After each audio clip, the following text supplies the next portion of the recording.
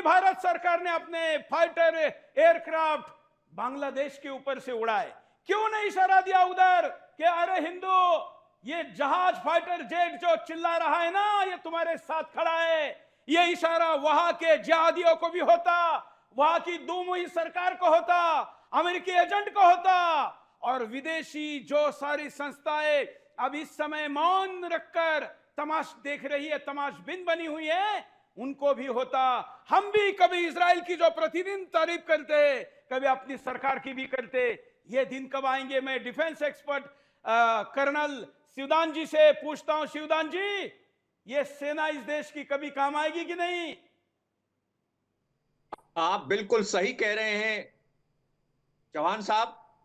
1971 का जब युद्ध हुआ था तो उसमें हमारे 5000 सैनिकों ने अपना बलिदान दिया था बांग्लादेश को आज बांग्लादेश बनाने के लिए।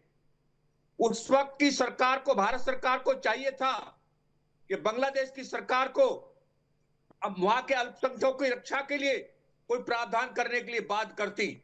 तो उस वक्त हमने एक देश को आजाद करके उसको उनको सौंपा था।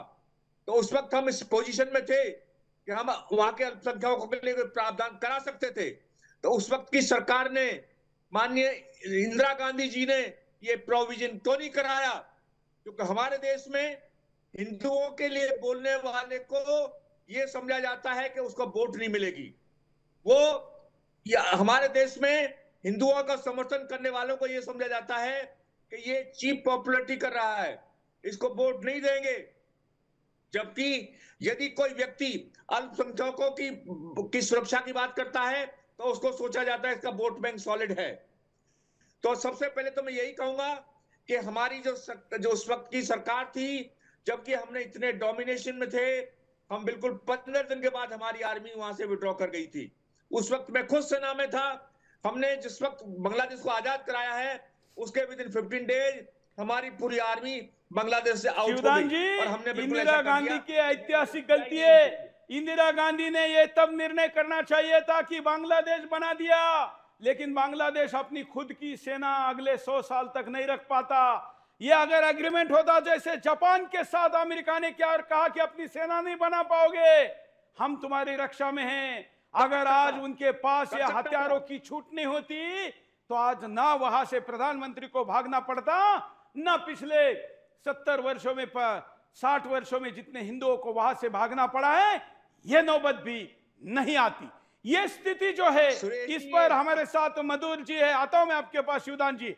मधुर जी, एक एक प्रतिक्रिया एक बार जरा सबकी हो जाए। मधुर जी महाराज। स्थिति जो भारत के अंदर रह रहे तमाम प्रकार से अराजक तत्व हैं और तमाम लोगों के द्वारा जो बयान आ रहे हैं जो कि हिंदू वर्ग से ही संबंधित हैं, पहली बात तो ये बहुत ही निंदनीय है। बांग्लादेश में जो हिंदुओं के साथ ऐसा अपराध फैला वो कहीं न कहीं बहुत ज़्यादा निंदनीय है। इस पर भारत सरकार को संज्ञान लेकर के कार्यवाही करनी चाहिए, जो कि कहीं न कहीं अभी भारत सरकार का इस पर बहुत महत्वपूर्ण निर्णय नहीं आया है। पहला विषय तो ये, आदरणीय विनोद बंसल जी, जो बीएचपी चल रही है आज, जो विश्व हिंदू परिषद चल रहा है, वो ये अपेक्षा, ये उम्मीद नहीं रखता कि ऐसे कांड हों तब विश्व हिंदू परिषद जगेगा।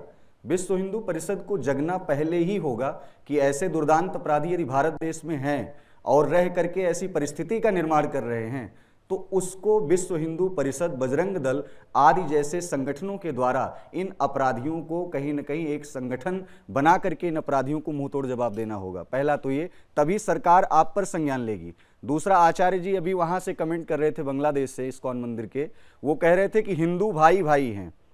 यहाँ भारत देश में बैठा हुआ हर एक हिंदू जो कि बांग्लादेश में हिंदुओं के साथ एक नृशंस प्रतिक्रिया जो सामने आ रही है उस पर वो अपना गलत कमेंट दे रहे हैं। यहाँ कोई हिंदू भाई भाई नहीं है। परिस्थितियां आपके ही घर में मामा मारीच बन करके, कांवड़ यात्राओं से लेकर के आपने कई सारे ऐसे चेहरे देखे होंगे जो कि खुल करके सामने आए। योगी सरकार में आपने देखा होगा तमाम ऐसे लोगों के चेहरे सामने निकल करके आए जब उनका नेम प्लेट वाली बारी आई।